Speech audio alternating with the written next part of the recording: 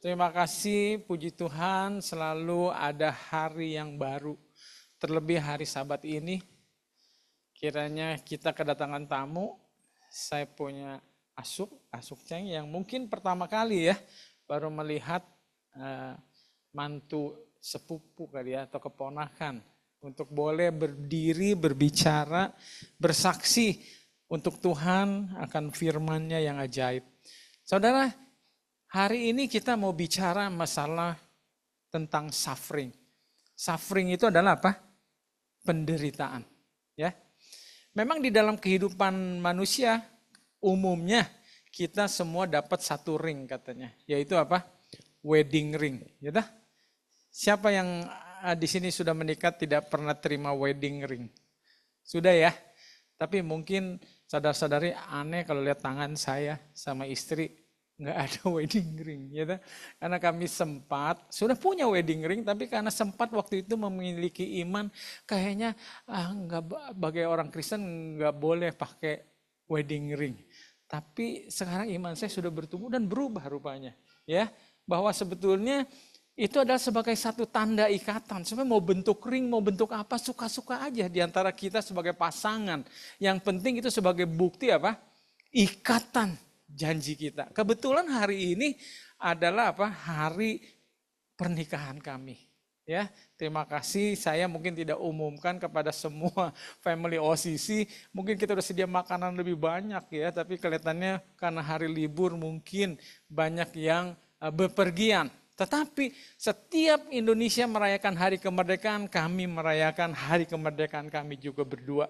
Ya, dan sudah ke-41 tahun. Wah, luar biasa ya, karena kami menikah memang masih muda. Dan kembali bicara tadi ya, sedikit saya singgung masalah ring. Dan mengenai hari Sabat, saudara kalau mau tahu, saya itu terpukau malah Sabat karena Tuhan itu sangat genius. Maksudnya apa? Kalau kita semua menggunakan cincin, menggunakan tugu, menggunakan segala macam bentuk untuk memperingati sesuatu. Tapi semua itu kadaluarsa. Kita pakai cincin mau apapun bisa lama-lama karat dan hilang.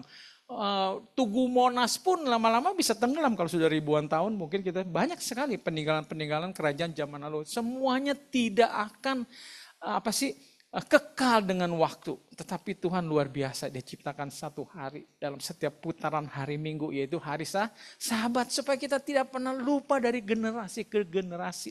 Makanya firman Tuhan katakan, kuduskan Sabatku sebagai peringatan supaya orang tahu akulah Tuhan yang menciptakanmu. Jadi kembali kita bersyukur, saya selalu setiap Sabat mengingat bahwa saya memiliki Tuhan yang menciptakan kita semua. Jadi kembali masalah suffering. Kalau saya waktu di Amerika sebetulnya ada 2 ring. Orang-orang di Amerika sebelum menikah, wedding ring, dia ada namanya graduation ring. Mungkin di Indonesia enggak common, enggak biasa. Tapi kita selalu kalau lulus universitas selalu ada cincin. Tapi saya juga kembali tidak beli cincin waktu itu karena iman pada waktu itu. Tapi zaman sekarang lebih luar biasa karena begitu banyaknya suffering. Kita dapat ring yang ketiga nih, suffering. Tambah lagi ada ring di dalam tubuh. Ya dah, sekarang kalau kita dengar sudah berapa ring? Wah, sekarang kalau teman sama teman udah bayar saya karena ketemu tanya, udah berapa ring bro? 4. Saya 3 gitu kan. Nah, jadi semoga ring-ring itu tidak kita borong sebagai anak-anak Tuhan. Ya, jadi kita mau singgung adalah masalah freedom from suffering. Apakah mungkin kita anak-anak Tuhan merdeka atau terbebas dari penderitaan? Jadi rupanya saudara, kita ini manusia mempunyai suatu ilusi tentang namanya kebebasan. Kita pikir yang namanya freedom, kebebasan itu berarti kita tidak pernah mengalami kesusahan, kesedihan, tantangan, apapun di dalam kehidupan ini yang sebetulnya itu mustahil, saudara. Hidup di dunia yang berdosa ini mustahil kita terlepas dari apa?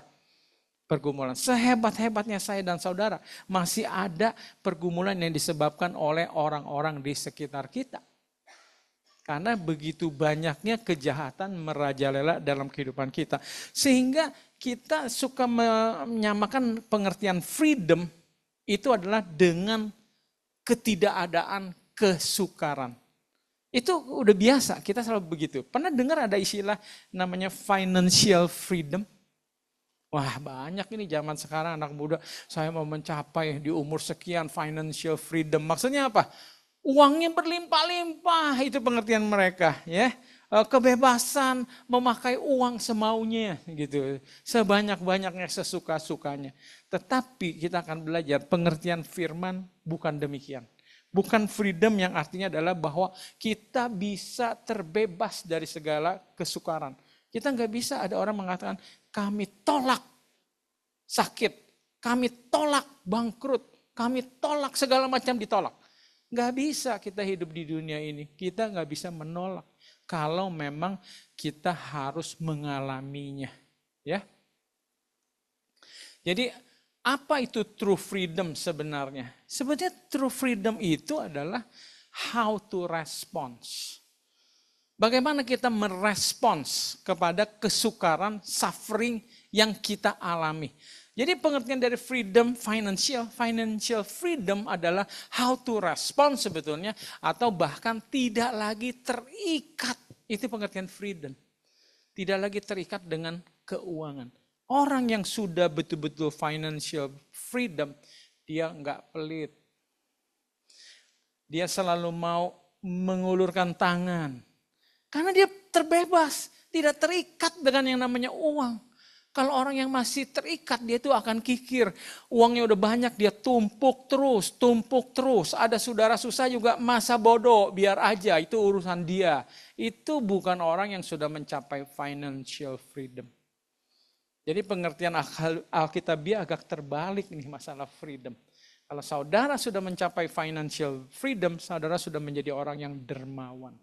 Senantiasa enggak takut kehabisan uang. Karena itu iman. Tuhan bilang jadi saluran berkat. Apa maksudnya jadi saluran? Jadi saluran adalah air atau berkat selalu lewat. Lewat, saudara, lewat. Kalau udah lewat, saudara nggak pernah berkekurangan. Ya. Jadi true freedom is not about escaping pain. Jadi bukan berarti mau freedom itu kita harus melarikan diri dari kesakitan.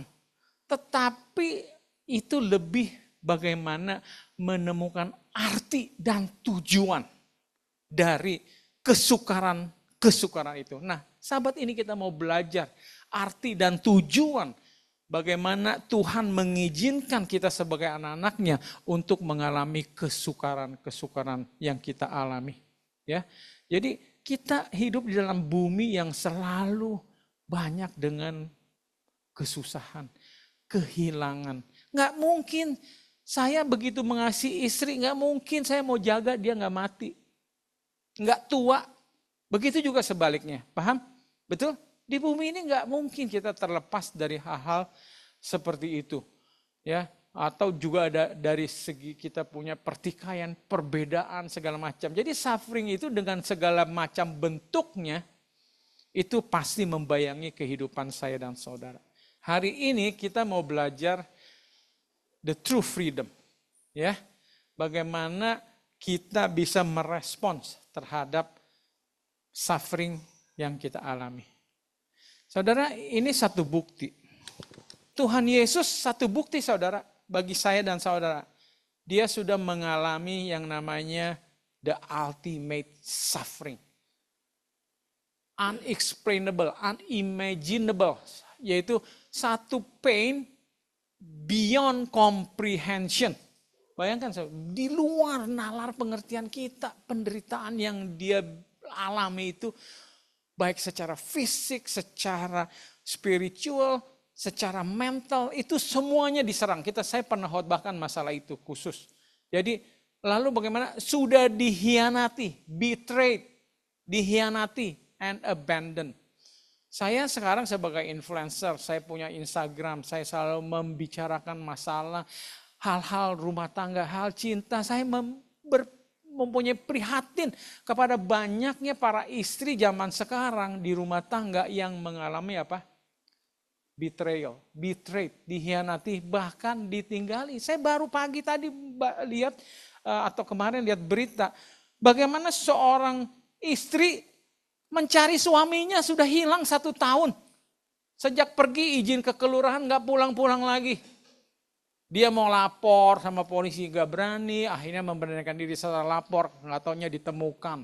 Tetap di kota yang sama di Jakarta. Sudah menikah lagi. Coba saudara bayangkan. Ya, jadi Tuhan Yesus mengalami, tetapi kita lihat buktinya dia masih bisa berkata apa? Bapa, ampunilah mereka, karena mereka tidak tahu apa yang mereka lakukan. Saudara, ini bukti nyata bahwa walaupun penderitaan segala jenis itu melekat kepada Tuhan kita, tetapi dia selalu apa? Terbebas.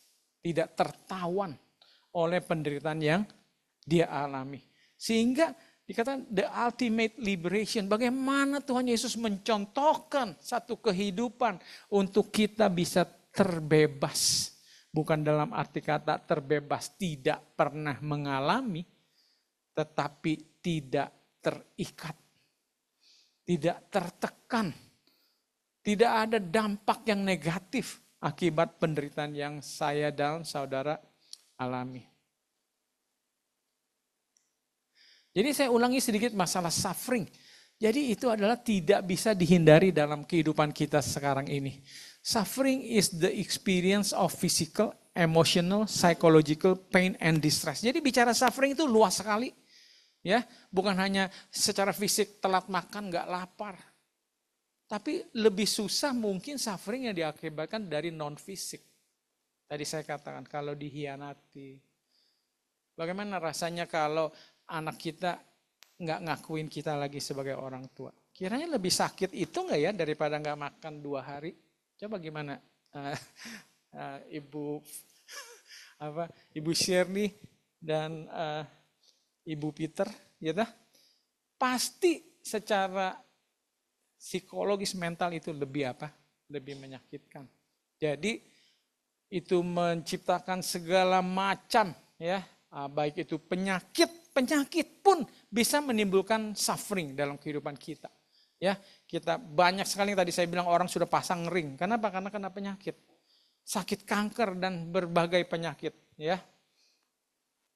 Dan kita semua berjuang untuk hal itu. Jadi bicara suffering itu meluas sekali. Segala sesuatu yang tidak sesuai dengan kehendak kita. Oke.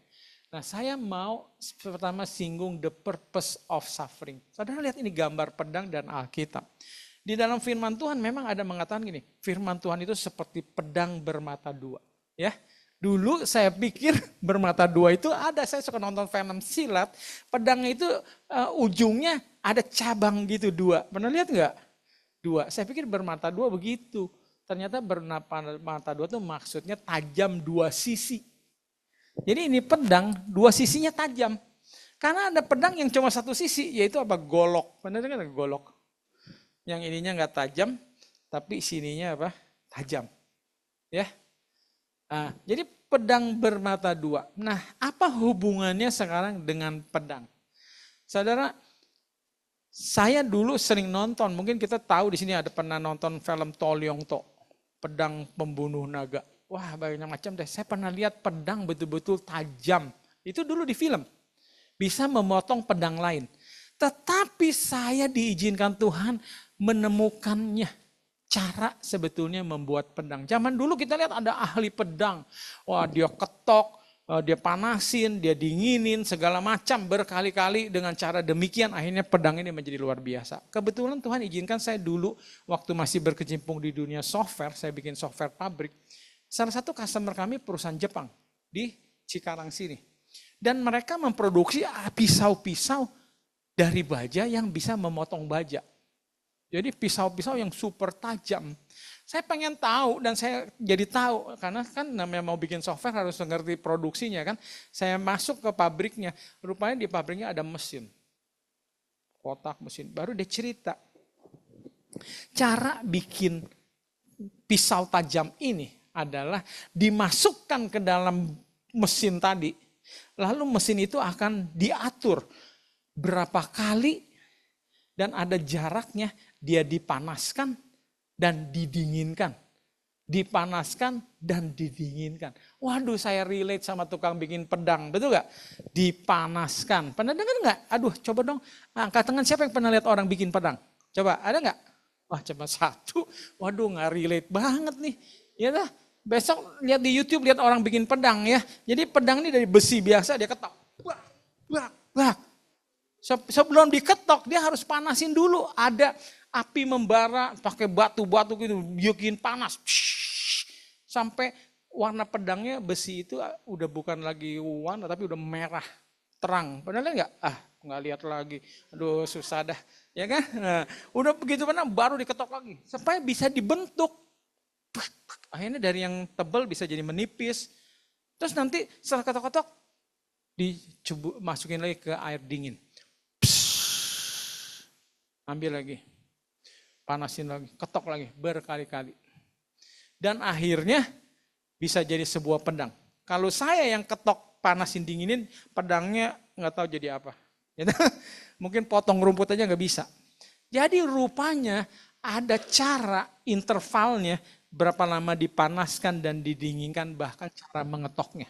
Contoh yang sederhana, mungkin bisa relate. Saya pernah langganan bakmi ayam.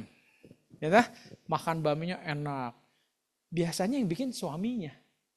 Satu kali suaminya sakit. Saya datang, restoran sama, nggak ada yang berubah. Gerobaknya sama, mangkoknya sama, bakminya sama, ayamnya sama. Rasanya nggak sama. Karena yang masaknya beda. Nggak percaya? Buktikan aja kalau nggak percaya. Besok yang masak ayam goreng, jangan Pak Peter, ya ganti. Ya, apa siapa gitu kan. Nah, rasanya pasti beda. Kenapa? Dengan dia cara celupin aja, celupnya berapa lama, berapa kali, cara ngaduknya, itu sudah berpengaruh. Jadi kita kembali lagi bicara masalah firman Tuhan. Saudara dan saya pasti mengalami banyak pergumulan, betul? Kemarin lagi senang-senang, udah berapa lama senang, tahu ketemu lagi tantangan. Lewat tantangan, senang. Nanti gak lama ketemu tantangan lagi. Bukankah hidup itu seperti up and down kesannya? Sekarang saudara perlu mengerti. Saudara itu seperti sebuah pedang yang lagi ditempa oleh Tuhan. Supaya jangan jadi pedang yang cuma bisa memotong rumput. Tetapi bisa memotong besi dan benda-benda tajam yang keras sekalipun. Coba saudara bayangkan. Jadi ini supaya kita mengerti. Bicara freedom of suffering. Tuhan menggunakan suffering untuk membuat kita freedom from suffering. Ya. Supaya saudara dan saya bertumbuh. Masih ingat perjalanan bangsa Israel ke tanah Kanaan? Padahal perjalanannya singkat katanya. Sehari nyampe. Tapi Tuhan ajak keliling sampai 40 tahun. Pernah dengar ceritanya? Kenapa? Karena bangsa Israel belum siap-siap. Kenapa harus dipersiapkan? Karena di tanah Kanaan telah hidup satu bangsa raksasa. Badannya besar, 2 kali saya. Coba bayangkan saya suruh lawan dengan orang lawan yang 2 kali tinggi saya, badan lebih besar. Gimana Pak Peter ya? Kita bilang, oh terima kasih pialanya, kasih aja. Saya permisi, betul nggak? Jadi Tuhan tuh mempersiapkan bangsa Israel. Demikian juga Tuhan sedang mempersiapkan kita semua. Untuk melalui satu pergumulan terbesar dan terberat dalam hidup ini. Sebelum apa? Kedatangan Tuhan Yesus yang kedua kali. Tuhan tahu banget bahwa kehidupan ini dipersulit oleh si penguasa dunia. Sehingga kalau bisa orang-orang yang terpilih pun tidak berhasil sampai di garis finish. Jadi, may the God of hope fill you with all joy and peace. Jadi tujuannya saudara, kita ditempa supaya seperti pedang itu supaya apa? Supaya ada sukacita. Supaya ada damai sejahtera yang hidup di dalam diri kita. Ini juga kembali lagi kita pelajari, saya pelajari orang ahli silat. Mereka tuh mau mencari apa? Kekebalan tubuh. Pernah nonton gak show Shaolin waktu baru-baru itu di Senayan? Mereka akan tampilkan tombak ditaruh di sini. Ini titik terlemah kan. Kalau ini mungkin lebih gampang, kita otot. Di sini gimana mau bangun otot? Tombak di sini, terus dia tiduran begini. Memberatkan dia punya ini ke ujung tombak. Terus dipalu lagi dari belakang. Coba gimana rasanya kalau nggak tembus.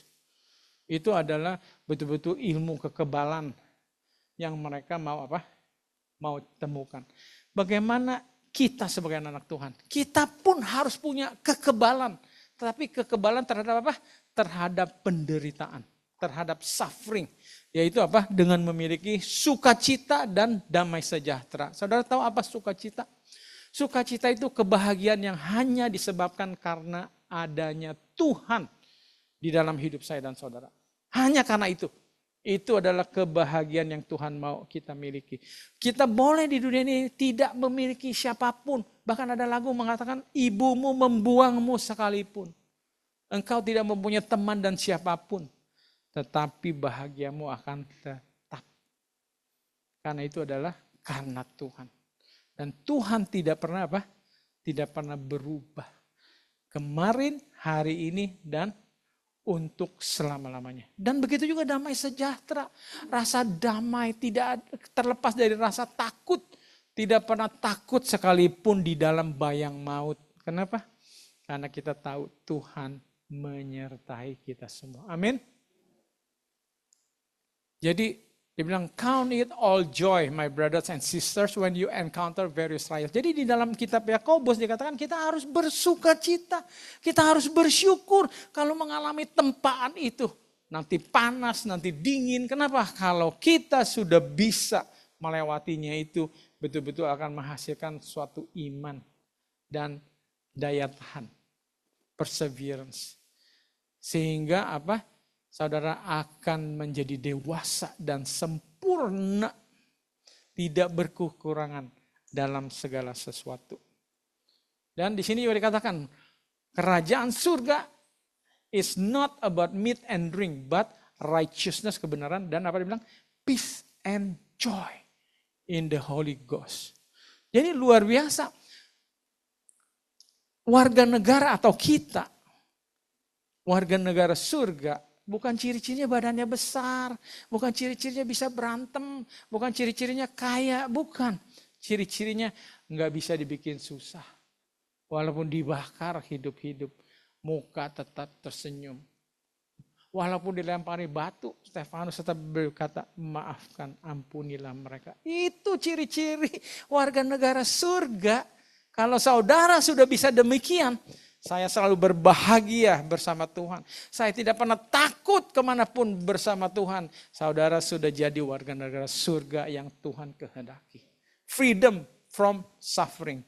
Sekarang kita mau bicara agak lebih realita. Kita sudah mengerti dan semoga coba diangkat tangan siapa yang mau punya freedom from suffering. Mau? Freedom from suffering? Oke, terima kasih.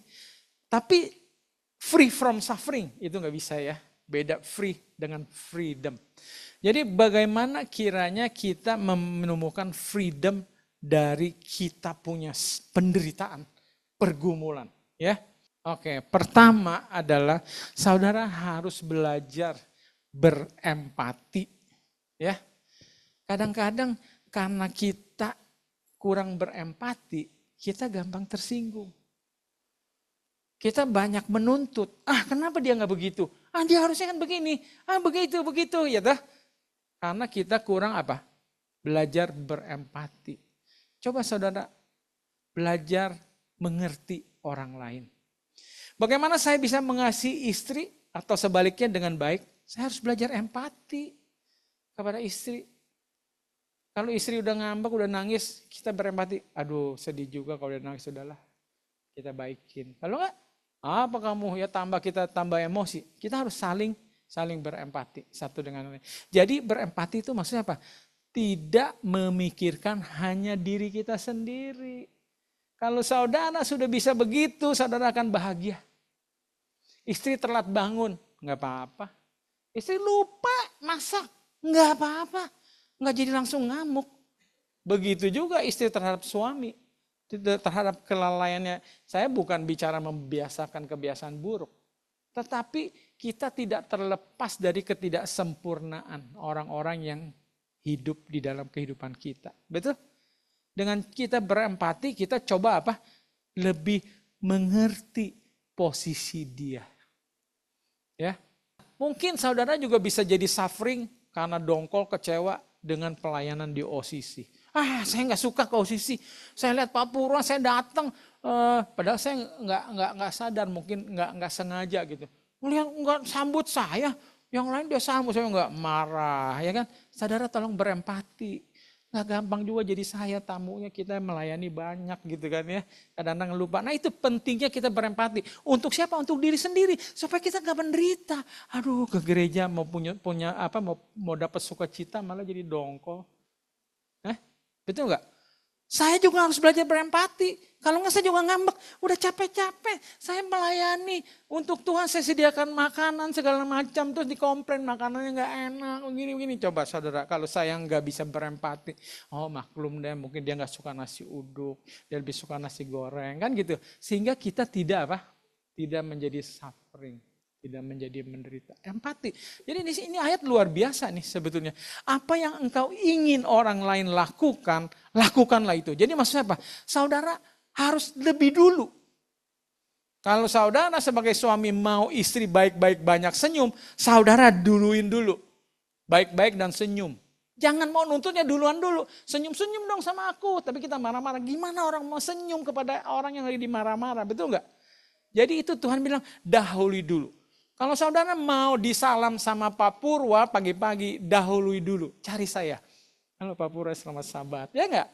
Itu yang Tuhan ajarkan. Betul, kita harus mendahului. Jangan kita menuntut. Kalau saudara sudah belajar empati, enggak bakalan hidup kena kecewa. Walaupun banyak yang ketidaknyamanan, ketidaksempurnaan. Anak suka lupa, pulang enggak nyapa sama orang tua. Karena kita berempati. Kita mendahulukan menyapa. Gak masalah. Jadi ini sebetulnya tips ya Tuhan ajarkan. Kita tidak bisa mengusir kesusaran. Kita nggak bisa menghindari orang-orang yang mungkin tidak bertanggung jawab dalam hidup kita. Tapi kita bisa mengubah diri kita. Supaya segala sesuatu itu tidak merenggut kebahagiaan yang seharusnya kita miliki di dalam hidup ini. Ya, itu pertama. Yang kedua, practice forgiveness. Ini juga nggak mudah. Tapi saya selalu juga nasihatkan kepada para ibu, istri yang mengalami KDRT atau apapun ya, para follower saya. Saya katakan gini, kalau bicara mengampuni, mutlak. Kita harus ampuni. Sampai kapanpun kita harus ampuni suami kita. Seburuk apapun. Tetapi bukan berarti mengampuni harus terus menerima. Hidup bersama terus. Terus di KDRT. Enggak begitu. Ya. Jadi pengertian mengampuni adalah melepaskan kebencian, sakit hati, dendam. Supaya kita bisa apa? Move on. Jadi sebenarnya mengampuni itu adalah untuk diri kita loh. Supaya kita nggak menderita. Ya. Nah ini satu kisah nyata saya mau sharing ya. Ini luar biasa. Ini ibunya. Ini anaknya. Umur 3 tahun. Jadi ceritanya waktu itu mereka, si ibu ini lagi lewat di satu tempat dengan anaknya. Mengendarai mobil. Dan terjadi perang antar geng. Tembak-tembakan dan pelurunya ada yang tembus kepada anaknya dan mati. Peluru dari dia ini orang. Dan dia masuk penjara. Tapi di dalam penjara setelah 11 tahun dia memberanikan diri menulis surat kepada ini ibu. Bahwa sangat mengganggu jiwa dia, ketenangan dia gak pernah bisa tentram, merasa berdosa, bersalah. Sampai membunuh walaupun tidak sengaja kepada anak kecil umur 3 tahun. Ini orang minta ketemu. Dan akhirnya dengan pergumulan ketemu. dia menemui ini, bertemu. Dan dia minta pengampunan dan dia minta diangkat sebagai anak. Jadi yang luar biasa saudara, pembunuh ini akhirnya jadi anak angkat dari ibu itu. Dan ibu itu bersaksi bahwa dia berbahagia, hilang anak dapat satu anak lagi kembali. Kok bisa gitu, kayak sakit jiwa ya kalau kita bilang. Tapi semua itu apa? Karena dia sudah find the true love dari apa? Tuhan Yesus. Freedom from suffering. Dia belajar untuk melupakan dan memaafkan. Itu suatu pilihan. Daripada dia terus ya berduka di dalam kedukaannya. Tapi sebelum dia mengangkat anak pembunuh ini, dia aktif di dalam kegiatan sosial menolong ibu-ibu yang mengalami korban yang sama. Yang anaknya mati karena pembunuhan dan segala hal. Jadi saudara bayangkan bagaimana mengampuni itu menjadi berkat tersendiri bagi orang yang mengampuni. Ya. Berikutnya serve others, ya. Jadi Tuhan katakan kepada yang hina sekalipun siapa itu engkau melakukan kepadaku. Apa sih significance-nya melayani orang itu terhadap freedom from suffering? Saudara tahu bahwa suffering kita itu penyebab utamanya cuma satu. Karena keakuan kita. Selfishness kita. Kenapa saudara marah kalau datang kemari terus Ibu Lis nggak salam? Karena aku kan, aku ini siapa? Kenapa aku nggak disalam? Ya kan? Aku ini siapa? Kenapa makanannya buku rata, semuanya nasi uduk? Aku maunya nasi apa gitu yang berbeda misalnya. Itu semua adalah karena keakuan. Jadi kalau kita mau melayani sesama, kita mulai belajar mengikis keakuan kita. Menganggap bahwa orang lain itu pun penting. Dengan belajar demikian, serving others, kita akan terlepas. Kita akan menjadi orang yang merdeka daripada apa? Daripada suffering. Kenapa juga? Kita jadi melihat rupanya banyak orang yang lebih susah. Kadang-kadang kita bersyukur setelah menemukan bahwanya kita itu masih mending. Sesusah-susahnya kita mungkin masih naik mobil. Betul gak? Walaupun saya dulu pernah pasang surut dalam bisnis, tapi anak-anak saya gak pernah pergi naik bus. Tetap pakai supir diantar. Kita mesti syukuri membandingkan lihat ke bawah bukan menjadi sombong. Tapi tujuannya mensyukuri bahwa kehidupan kita bahkan jauh lebih baik. Dan banyak orang-orang yang lebih susah dari kita. Tetapi mereka pun bisa hidup dan mereka bersuka cita, tetap tersenyum, tidak bersungut. Jadi kita belajar melayani orang-orang yang berkekurangan, yang membutuhkan supaya kita lebih mengerti dan lebih mensyukuri ya kehidupan yang Tuhan sudah berikan sama kita. Nah ini juga penting, trust in God, karena banyak juga suffering yang disebabkan oleh kekhawatiran hidup kita. Ini berulang-ulang sekali selalu para pengkhotbah membicarakannya. Kekhawatiran di dalam kehidupan. Sebetulnya kekhawatiran itu ada cuma karena tidak ada trust. Semakin saudara tidak trust, saudara semakin khawatir. Semakin yang saudara trust tidak bisa lagi, saudara semakin khawatir. Misalnya, saudara trust sama deposito. Selama masih banyak deposito kayaknya tenang aja. Begitu menipis mulai goncang. Kenapa? Karena that's the trust. Dan trust itu tidak bisa diandalkan. Kalau mau trust yang benar, trust in God. Percayalah kepada Bapa di surga. Dia tidak pernah berubah. Dia setia. Belajarlah kita trust kepada apa? Bapa di surga. Ayat yang selalu saya suka ini. Yeremia 17 ayat 78 yang saya dapat dari omahnya istri saya. Sehingga menjadi ayat kesukaan saya seumur hidup. Janji Tuhan. Kalau kita percaya dan mengandalkan Dia, sekalipun ini musim kemarau, sekalipun ini musim yang sangat sulit, tetapi kita tetap akan berbuah. Luar biasa. Dan saya buktikan saudara waktu pandemik, waktu COVID. Apa saudara nggak kaget saya buka sekolah terus COVID? Gimana lagi orang mau sekolah? Betul kan? Kan nggak bisa datang. Tapi Tuhan luar biasa, timingnya tepat kayaknya. Saya nggak pernah pikir itu kebetulan. Lahirlah sebuah produk yang namanya Zoom. Ya kan? Dibikin oleh seorang China. Saya pernah khotbahkan juga kisah hidup dia. Jadi kami walaupun waktu COVID, saudara, keuntungan kami bisa berlipat. Luar biasa. Bukan cuma survive. Kami bisa melewatinya dan berbuah. Jadi saya nggak bicara soal materi saja. Tetapi intinya kita harus percaya kepada Tuhan. Ini juga penting, memang mungkin sulit bagi keluarga anak-anak yang tidak memiliki orang tua yang bisa dipercaya. Kadang-kadang jadi susah dia belajar. Bagaimana dia mau percaya kepada Tuhan. Bapak yang kelihatan aja, ibu yang kelihatan aja nggak bisa dipercaya. Gimana bapak yang nggak kelihatan. Tapi maksud saya, kita harus belajar percaya. Sudah banyak bukti Tuhan Yesus disalib, mengorbankan segalanya. Saudara, percaya aja bahwa Bapa di surga itu betul-betul ingin memberikan kebahagiaan kepada saya dan saudara. Ini kuncinya kalau kita mau betul-betul juga freedom from suffering. Yang diakibatkan oleh apa?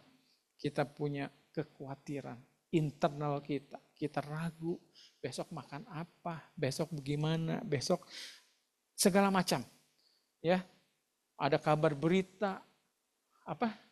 Campak monyet, dengar? Udah dengar belum? Ada campak monyet. Belum dengar ya? Sudah ada beritanya tuh katanya, sudah masuk WHO apa di Singapura atau di mana katanya mulai berbahaya. Aduh, belum lagi peperangan dan segala macam. Hidup ini banyak ketidakpastian. Jadi saudara ingat saja, kita hanya bisa trust in God. Jadi jangan perlu begini, saya mau lari kemana ya? Saya selalu jawab, waktu terjadi dulu huru hara tahun berapa tuh ya? Pernah ya, 98 ya? Teman-teman saya pada ngajakin udah sewa helikopter. Ayo kita berangkat, kabur. Ngerti kan? Tapi saya selalu berpikir gini. Kemanapun, dimanapun, sia-sia bersembunyi. Kalau bukan Tuhan yang menyertai. Amin. Saya nggak perlu kemana-mana, bukan saya mau iman tak kabur gitu kan. Saya nggak mau kemana-mana, di rumah ini juga. Saya berdoa, Tuhan tetap lindungi. Pada waktu terjadi huru hara tadi, terjadi penjarahan, kakak saya sedang terhenti di bandara, di airport. Cuma ada anak dan istri, dan sudah terbakar. Ruko di belakang rumah udah kebakaran. Dan gak lama lagi rumahnya kebakar. Saya pergi sendiri ke rumah itu. Saya naik ke atap situ. Angin, api memang sudah panas ke saya juga kan. Tapi saya bernyanyi. Saya berdoa. Dan api itu bisa pindah anginnya. Sehingga rumah tidak terbakar. Lalu saya turun. Waduh sudah banyak itu orang-orang sudah keluarin piano, keluarin apa, dijarah. Mau keluarin gitu. Saya langsung marah dan kebetulan saya waktu itu bawa double stick. Karena saya memang pikir udah suka main double stick. Udah ini andalan saya kalau ada apa-apa dikeroyok. Tapi saudara saya nggak tahu bukan karena sayanya dia takut, saya percaya. Mereka lihat malaikat di kiri kanan saya kali badannya besar. Ya dah, saya yakin itu. Sehingga mereka takut, mereka tinggalin, mereka pergi.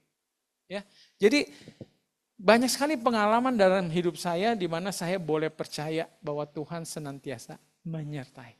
Sekalipun saya diizinkan mati pada waktu itu, ya puji Tuhan mati di dalam Tuhan.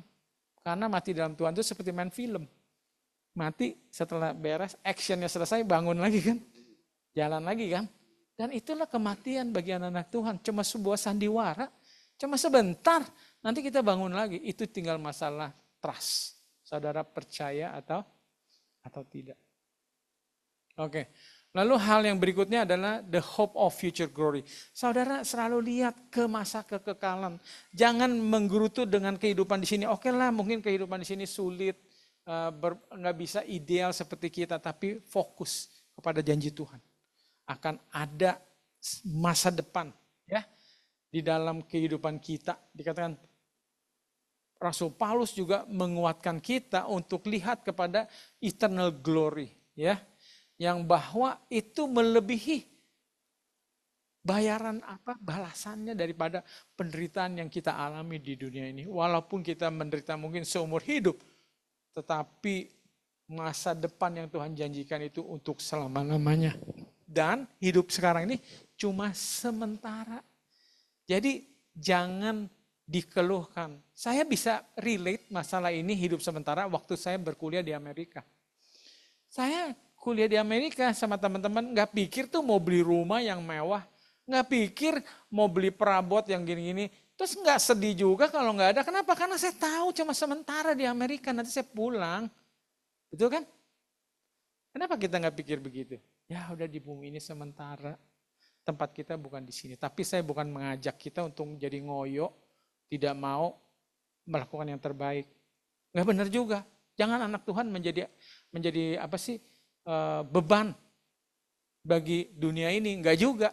Tetapi seandainya saudara mengalami tantangan tidak bisa mencapai, sudah bermaksimal seperti itu, janganlah patah harapan bahwa ada tempat yang lebih baik yang Tuhan sediakan. Dan juga ada new creation. Tuhan menjanjikan ada new heaven and new earth.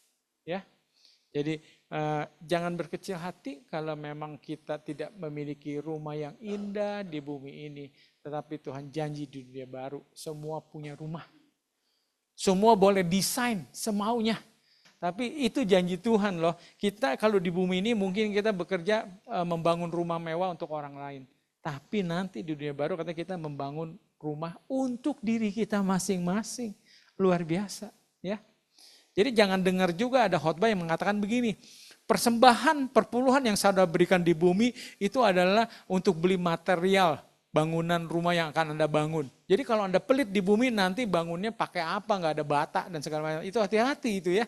Itu mungkin pekabaran yang komersil supaya saudara ayo ambil. Bang, semua keluarin gini. Aduh, jangan terintimidasi seperti itu. Tuhan gak seperti itu. Mana ada orang tua mau beliin anak rumahnya, bilang dulu gini, kamu udah kasih saya berapa? Kamu apa? Timbal balik itu namanya kepalsuan. Saudara jangan termakan oleh nabi-nabi palsu. Oke, yang terakhir. Nah, untuk betul-betul ini adalah suffering yang saudara kecewa kepada Tuhan. Ya, kok Tuhan begini sih, kok Tuhan begitu sih. Sebetulnya adalah kalau kita truly love God, kita enggak akan. Bagaimana saya tidak akan kecewa sama istri saya? Setidak sempurnanya atau seburuknya apa dia berubah kalau saya betul-betul mencintainya. Karena cinta itu memberi. Ingat loh, saya bukan menghakimi ya, saya sedih sama para orang tua yang sudah sudah merumuskan punya anak 4. Oke, kamu ya nanti kalau ke setoran tiap bulan 10 juta ya, kamu ini setoran gitu, itu bukan orang tua, maaf. Ya, kalau orang tua yang mengasihi anaknya, tanya saudara Alex. Dicatat nggak saya mau tanya, beli susu, beli baju, dicatat nggak? Nggak pernah catat namanya orang tua, karena itu bukan sebuah hutang. Itu sebuah pemberian karena kasih. Ya. Jadi saudara kalau memang mencintai Tuhan, enggak ada hitung-hitungan sama Tuhan juga. Jangan catat. Kemarin saya udah kasih persembahan segini, saya udah tolong orang. Jangan saudara. Lakukan itu karena kita menyayangi Tuhan. Kalau saya menyayangi istri saya harus menyayangi mertua saya. Setuju enggak? Itu suami yang enggak benar saudara, kalau dia cuma sayang istrinya aja. Itu namanya egois. Karena dia bilang gini, emang apa untungnya aku ya? Emang orang tuamu kasih untung apa sama aku? Sediain aku makan juga kagak. Kenapa aku mesti tolong dia? Kenapa aku mesti respect dia? Kenapa aku harus sayangin dia? Itu kembali lagi egoisme. Kalau saya mencintai Tuhan, saya akan mencintai semua yang dicintai Tuhan. Yaitu saudara-saudari yang ada di OCC Family. Tuhan cintai. Makanya kalau saya benar cinta Tuhan, saya harus mencintai semua saudara-saudara dalam family. Coba saudara belajar. Kalau betul kita sudah bisa menghidupkan yang namanya mencintai dengan sejati, kita akan menjadi orang-orang yang kebal. Freedom from suffering. Istri bagaimanapun, anak bagaimanapun, kita nggak pernah kecewa. Kenapa? Karena cintanya itu menutupi. Kasih menutupi segala sesuatu. Pernah dengar firman itu 1 Korintus 13? Kasih menutupi segala sesuatu. Saudara ini boleh terima atau tidak. Mungkin saya nggak tahu kita punya progres pertumbuhan iman yang berbeda. Tapi saya boleh tegaskan begini. Alasan apapun saudara mengikut Tuhan tidak benar. Kecuali karena cinta. Jadi kalau kita bilang, saya mau ke gereja gini karena saya mau masuk surga dong. Nanti katanya di dunia baru kan indah kan. Banyak makanan karena itu belum benar.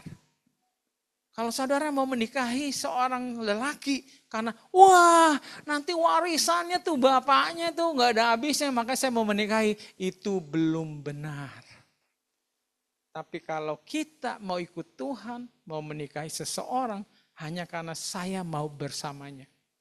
Dalam suka dan duka, saya mau membahagiakannya. Demikian, itu yang Tuhan mau. Supaya kita freedom from suffering. Bahwa apapun yang saya alami di muka bumi ini tidak ada apa-apanya. Karena apa? Saya lakukan segala sesuatu. Karena saya mencintai Tuhan. Jadi saudara, saya berdiri di sini. Saya mau berbicara, saya mau bersaksi, saya mau melayani. Bukan karena ingin berkat atau apapun dari Tuhan. Bukan saudara, saya bersaksi. Bahwa hanya karena saya apa? Mulai bertumbuh mencintai Tuhan. Apa adanya. Jadi saudara, saya gak bakal mengeluh. Kalau Tuhan pun satu kali, maaf ya saudara Purwa, kamu tidak saya izinkan masuk surga. Saya tidak akan protes. Kenapa? Karena cinta itu tidak bersyarat. Siapa orang tua yang protes di sini kalau anaknya sudah besar dia lupa. Dia nggak bawa buah tiap bulan, tiap minggu. Siapa yang mengeluh? Kalau orang tua yang masih mengeluh berarti dia belum mencintai anaknya dengan sempurna. Kalau orang tua betul mencintai anaknya, asal anaknya bahagia sudah senang. Percaya nggak? Kalau saudara belum bisa relate, saudara banyak berdoa. Saya nggak berharap apapun dari anak-anak. Tapi kalau saya lihat anak-anak saya bahagia walaupun dia lupa sama kami orang tua, saya akan bersyukur kepada Tuhan. Terima kasih Tuhan Engkau peliharakan anak-anakku. Amin. Jadi biarlah kita pun belajar mengasihi Tuhan. Tidak hanya menuntut, tidak hanya kita berdoa setiap hari minta ini, minta itu. Saudara, pikirkanlah dalam sisa kehidupan kita di bumi berapa lama lagi sih. Mari yuk kita melayani. Mari kita bersatu hati, menjadi alat Tuhan, perpanjangan Tuhan, menjadi berkat dimanapun kita berada. Semoga firman yang saya sampaikan ini boleh memberikan kita freedom. Kenapa saya juga memberikan judul freedom? Karena memang di bulan Agustus adalah kemerdekaan negara Indonesia. Kemerdekaan. Jadi kita selalu bahas freedom from fear, freedom from suffering, dan sahabat depan kita akan belajar freedom from legalism. Jadi mari kita bangkit berdiri, kita berdoa. Ku yakin Engkau